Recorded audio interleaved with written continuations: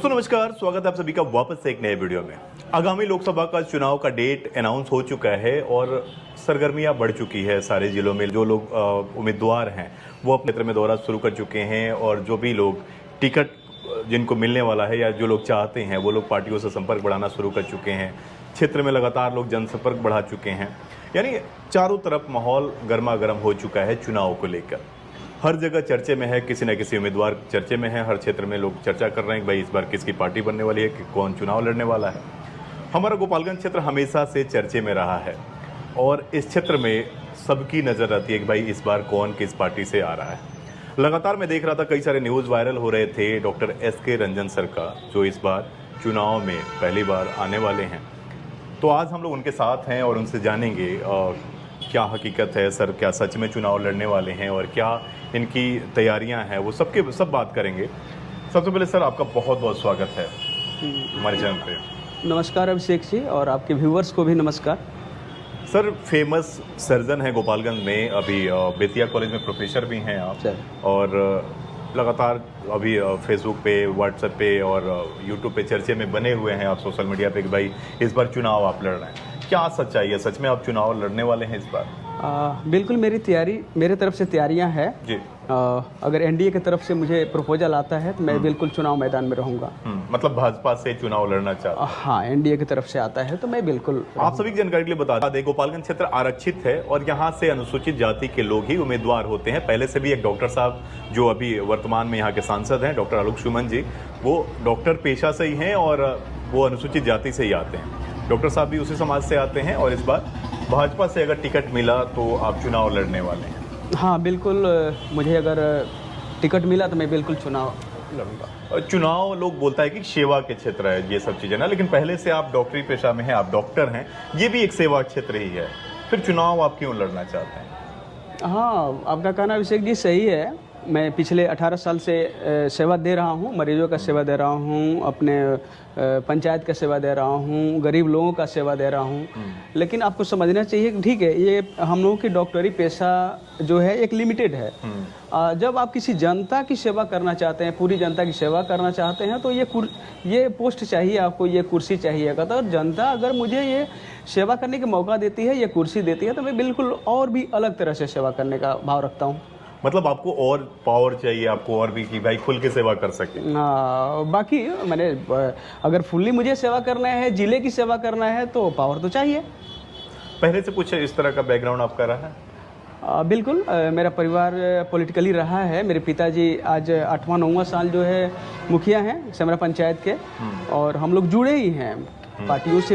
हम लोग जुड़े रहते हैं, मेरा परिवार जुड़ा रहता है और हम लोग सामाजिक कार्य अक्सर करते रहते हैं। कैंपिंग हुआ, बाकी अदर जो भी गरीबों का सेवा समय समय पर मैं करते रहता हूँ। अच्छा, पहले जो अभी वर्तमान में सांसद रहे हों या से पहले जो सांसद रहे हों, क्या कमियां आपको लगता है कि भाई हम रहते तो ये चीज़ों को बदलाव किए रहते? देखिए, अपने अपने व्यक्ति तो अपनी सोच पे डिपेंड करता है। हर व्यक्ति जो है अपने सोच के अनुसार काम करना चाहता है और करता भी है। तो मेरा एक अलग सोच है, मैं अपने अनुसार, अगर जनता मुझे सेवा करने के मौका दी तो मैं अपने अनुसार अलग सेवा अभी कुछ ऐसा आपको दिखता है कि ये चीज़ें हम अगर रहते तो इसको ऐसे ढंग से किए रहते? और देखिए, ऐसे देखने में तो बहुत सारी चीज़ें हैं, लेकिन आप 5 साल के समय में एक प्रपोजल बनाया जाता है, एक प्लान किया जाता है जिसको आप कर सकते हैं। जैसे वो स्वास्थ्य सेवाएं तो है ही, शिक्षा की तरफ में एक यूनिवर्सिटी यहाँ पे चाहिए, जो कि आप छपरा में जो है यूनिवर्सिटी है, जेपी यूनिवर्सिटी, लेकिन आप गोपालगंज सिवान के आसपास भी एक यूनिवर्सिटी चाहिए। मेडिकल कॉलेज का प्लानिंग हो चुका है, उसको एकदम जल्दी से जल्दी एस्टेब्लिश करना चाहिए। बाकी जो है आप देखते होंगे कि यहाँ आने वाले 2 साल पहले किसानों को भारी दिक्कतें हो रही है। जबकि गन्ना की खेती जो कर रहे हैं वो प्रॉपर ढंग से जो है मिल में नहीं गिरा पाते। जैसे आप सासा मूसा जो मिल है बंद हो गया लगभग 2 साल से। तो और यहाँ की जो है नगद फसल की खेती एक ही है, जिसमें प्रायोरिटी तो रहना चाहिए कि जनता का सेवा किसी तरह से, या तो अलग तरह से अब लघु उद्योग कोई डेवलप कर सके, या जो मिलें बंद हैं उसको शुरू करने का आप प्लान करें। तो स्वास्थ्य में क्या सुधार होना चाहिए, हॉस्पिटल में क्या विकास होना चाहिए, ग्रामीण चिकित्सा के बारे में, गांव के लोगों को कैसे लाभ मिले, उसमें अगर आप जीत के आते हैं तो क्या कुछ बदलाव होना चाहिए? हाँ, अभी तो मतलब कि डिस्ट्रिक्ट लेवल पे तो हम लोग देख रहे हैं, ब्लॉक लेवल पे पीएचसी और सदर हॉस्पिटल लेवल पे तो सेवाएं तो जारी हैं, लेकिन आप अगर पंचायत लेवल पे देखें, एडिशनल पीएचसी या में जो है उतनी सेवाएं प्रॉपर ढंग से नहीं चल रही है। उसका विकास होना चाहिए, प्रॉपर विकास होना चाहिए, इसलिए कि गांव और आप देखेंगे ब्लॉक की दूरी लगभग 25 किलोमीटर, किसी का 15 किलोमीटर है, तो ये दूरी घटा करके मुझे 5 किलोमीटर 3 किलोमीटर अंतराल में कर देना चाहिए। अच्छा, वर्तमान में सबसे बड़ी मुद्दा जो अपने यहाँ की है बेरोजगारी का, ये सिर्फ अपने ज़िले की नहीं है, बिहार या पूरे देश की कह सकते हैं कि अभी नौकरियों का सेट लिमिट हो चुका है, आत्मनिर्भरता की तरफ लगातार हम लोग बढ़ावा देते हैं। आपको अगर मौका मिले कि भाई इधर की बेरोजगारी दूर करना हो तो किस तरह से आप इसका प्लान करेंगे?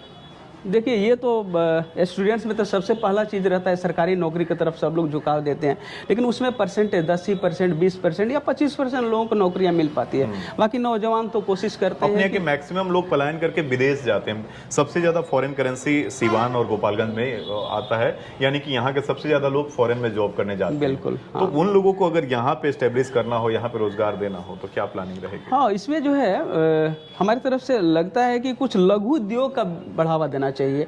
जो जिस लेवल पे है, सरकार तो फंडिंग कर ही रही है, लेकिन प्रॉपर ढंग से उनका समझाना जरूरी है कि आप लघु उद्योग यहाँ करेंगे तो आप 20,000 जो 30,000 कमा लेते हैं, आप फॉरेन कंट्री में जाकर आप यहाँ आराम से कमा सकते हैं, और यहाँ के जिले की जनता का भी विकास होगा, आपका भी होगा, और आप आराम से जो है फॉरेन कंट्री न करके अपने देश अपने परिवार के साथ रह के अपना जीवन यापन बढ़िया से कर सकते हैं। देखिए, सबसे बड़ी अभी सरकार बहुत सारी योजनाएं चला रही है, लोगों में जागरूकता नहीं है, लोगों को जानकारी नहीं है, जिससे उसका लाभ नहीं ले पाते हैं लोग, और इस तरह की लघु उद्योग के लोगों के पास जानकारियां नहीं होती है तो लोग फंड नहीं ले पाते हैं और लोग शुरू नहीं कर पाते, जिस वजह से लोगों को इधर उधर ठोकरें खानी पड़ती है और बेरोजगारी का दिन देखना पड़ता है। सबसे ज़्यादा है फंडिंग अगर आपको मिले तो लोग लघु उद्योग लगाएंगे, और सरकार दे रही है, उसकी जानकारी नहीं है। तो बाकी हम आपसे जानना चाहेंगे कि आपने शुरू में कहा कि अगर भाजपा मौका देती है, एनडीए सरकार अगर मौका देती है तो आप चुनाव लड़ेंगे, तो ये क्या भाजपा से ही आप लड़ेंगे, और अगर नहीं मौका मिलता है तो फिर क्या प्लान रहेगा आपका? कोशिश तो सब मेरी है कि मतलब सिर्फ एक ही पार्टी की तरफ रुझान क्यों है? पार्टी से कुछ ज़्यादा लगाव? नहीं, लगाव ऐसा कुछ नहीं है, लेकिन कुछ क्राइटेरिया जो मैंने देखा अभी तक, जो उनके साथ रहा देखा, तो मुझे अच्छा लगा। विचारधारा अच्छा लगी, तो विचारधारा अच्छा लगा, तो मेरा कोशिश भरसक प्रयास है कि मैं एनडीए की तरफ रहूं। अगर कुछ ऐसा होता है तो फिर अगर निर्दलीय भी आएंगे आप? निर्दलीय के लिए तो मैंने अभी तक नहीं सोचा है। अच्छा, क्षेत्र में आप जा रहे हैं, लगातार जा रहे हैं, लोगों का कैसा रिएक्शन है आपके प्रति? लोग चाहते हैं कि आप आएँ, डॉक्टर साहब आप आएँ, हम लोग भारी बहुमत से आपको विजयी बनाएंगे। लोगों का रुझान है, मैं दौरा कर रहा हूँ, जनता के बीच जा रहा हूँ, लोगों का पॉजिटिव माइंड है मेरे तरफ जी। अच्छा, ये क्षेत्र आरक्षित है जैसा मैंने पहले आपसे बताया, तो आप क्या प्लानिंग रहेगा कि भाई सारे समाज को एक साथ मिला के लेके आगे बढ़े, जो जनरल हो, ओबीसी हो, एससी हो, सबको मिला के क्या प्लानिंग रहेगा आपका इसमें? देखिए, ये तो भाई कभी आप जीतते हैं और उसके बाद किसी के मन में भेदभाव ना आए कि भाई ये अनुसूचित जाति से आते हैं या हम जनरल से हैं, कुछ भेदभाव, इस सब चीज़ों को मिटाने के लिए क्या प्लान रहेगा? देखिए, ये तो पोस्ट है, हाँ, और ये पोस्ट है, ये तो संविधान के अनुसार है। तो अगर जनता मुझे चुनाव जिताती है या फिर मैं किसी पार्टी से आता हूं और मैं जीत जाता हूं, तो ये तो सबके लिए प्लानिंग होगा, कोई विशेष जाति के लिए, विशेष धर्म के लिए तो प्लान तो नहीं है। ये तो सब जाति धर्म से हट करके मुझे प्लान करना होगा, और सबके साथ मैं रहूँगा, सबके विचारों से मिलकर रहूँगा, सबकी विचारधारा का मैं रेस्पेक्ट करूँगा, ये ऐसा ही मैं प्लान किया हूँ। अच्छा, अभी अपने यहाँ हवाई अड्डे का पिछले जो वर्तमान सांसद है अभी, वो लगातार आलोक सुमन जी इस पे आवाज़ उठाते रहे हैं हवाई अड्डा को लेकर। इस पे क्या आपकी मैंने क्या नज़रिया आपको हवाई अड्डा के बारे में आता है? देखिए, ये तो सही है कि मतलब कि लगातार लोगों का भी डिमांड रहा है, और यहाँ पे जो भी नेता मंत्री रहे हैं वो लोग भी डिमांड करते रहे हैं। हाँ, बिल्कुल डिमांड सही है, पब्लिक का भी डिमांड सही है, प्रपोजल भी सही है। इसलिए कि आप किसी अगर फॉरेन कंट्री लोगों को अगर फ्लाइट पकड़ना होता है तो पटना जाते हैं, नहीं तो गोरखपुर जाते हैं। और ये आपने ही अभी कहा कि सबसे ज़्यादा करेंसी जो है गोपालगंज और सिवान में आ रही है, तो बिल्कुल ये आवश्यकता तो है यहाँ के लोगों की। ये काफ़ी कवरेज हो जाता है, बेतिया, मोतिहारी, गोपालगंज, सिवान, छपरा, ये तो बेहतर प्रपोजल है और होना भी चाहिए। आवाज़ उठाएंगे आगे अगर आप आते हैं जीत के? तो बिल्कुल हमारा भी इसमें रहेगा।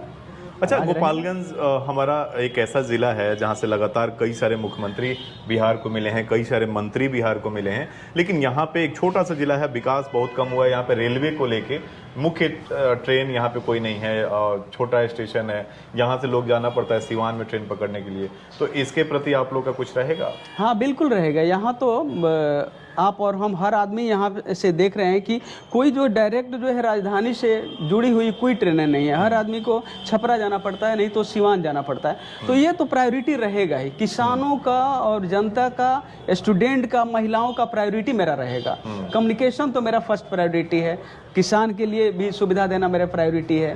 बाकी तो शिक्षा स्वास्थ्य में तो मैं कोशिश करूँगा, मैं खुद ही स्वास्थ्य से जुड़ा हुआ हूँ, तो ये तो मेरी रहेगी बात है, उस पर आपका ध्यान रहेगा। और सबसे बड़ा आपने कहा कि भाई यूनिवर्सिटी के बारे में आपने कहा, लगातार यहाँ के युवाओं का डिमांड रहता है, सोशल मीडिया पे लगातार कैंपेन चलाए जाते हैं कि भाई यहाँ पे भी गोपालगंज में यूनिवर्सिटी होनी चाहिए।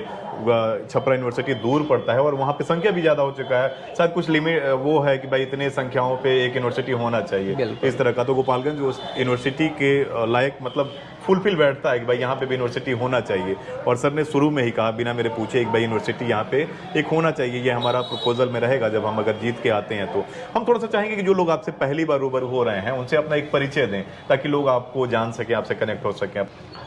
मैं doctor Sunil Kumar Ranjan, general surgeon, और मैं विगत 18 साल से गोपालगंज में एज ए सर्जन प्रैक्टिस कर रहा हूँ। मेरा घर यहाँ से 25 किलोमीटर दूर सेमरा पंचायत है। मेरे पिताजी श्री विकर्मा राम अभी प्रेजेंट मुखिया हैं, सेकंड टाइम मुखिया है। और मेरा गांव से, पंचायत से और ज़िले से और गरीब जनता से काफ़ी लगाव मेरा बना रहता है। मैं अभी तक मैं सेवा में भी हूँ और हर तरह का सरकारी सेवा से लेके, प्राइवेट से लेके, गांव से लेके मेरा प्रयास रहता है कि मैं सबको सेटिस्फाइड कर सकूं जितना मैक्सिमम पॉसिबिलिटीज हो। तो ये डॉक्टर साहब काफ़ी फेमस हैं गोपालगंज में। आप जब गोपालगंज लोकल होंगे तो आप जान रहे होंगे, डॉक्टर एस.के. रंजन के नाम से फेमस यहाँ पे, और फेमस सर्जन है गोपालगंज के। इस बार काफ़ी चर्चे में है भाई चुनाव को लेके, लगातार कई सारे वीडियो, लगातार लोगों का पोस्ट भी आ रहा है, लोगों का डिमांड भी हो रहा है। पहले से भी यहाँ पे जो सांसद हैं वो डॉक्टर साहब ही हैं, और इस बार भी लोग चाह रहे हैं कि कोई पढ़ा लिखा ही यहाँ पे सांसद हो। लगातार लोगों में अब जागरूकता, लोग जाति और धर्म से बाहर निकल के पढ़े लिखे लोगों को मौका देना चाहते हैं।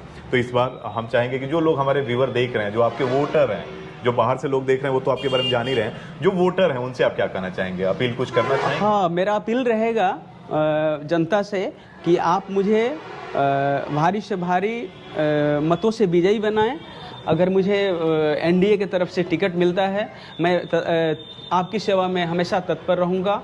और ये मुझे आप देख लेंगे। अभी तो मैं क्या प्लान करूं, बस मैं सामने आऊँगा तो फिर मैं आपके साथ रहूँगा, हर कदम आपके साथ रहूँगा।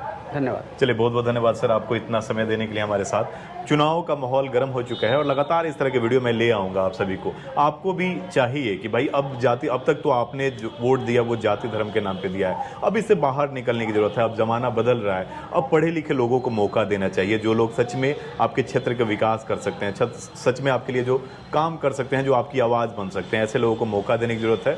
हम चाहेंगे कि इस वीडियो को शेयर करें और डॉक्टर साहब के बारे में अगर आप वोटर हैं तो खुद अपने स्तर पर जाँच परख करें, और जाँच परख करके अगर इन्हें मौका मिलता है तो आप अपनी सोच समझ से इन्हें वोट कर सकते हैं। बाकी आपको आज का ये वीडियो कैसा लगा हमें कमेंट में जरूर बताइए, और हमारे लिए कोई भी सुझाव हो तो उसे भी कमेंट से ज़रूर लिखिए। वीडियो अंत तक देखने के लिए आप सभी को बहुत बहुत धन्यवाद। नमस्कार।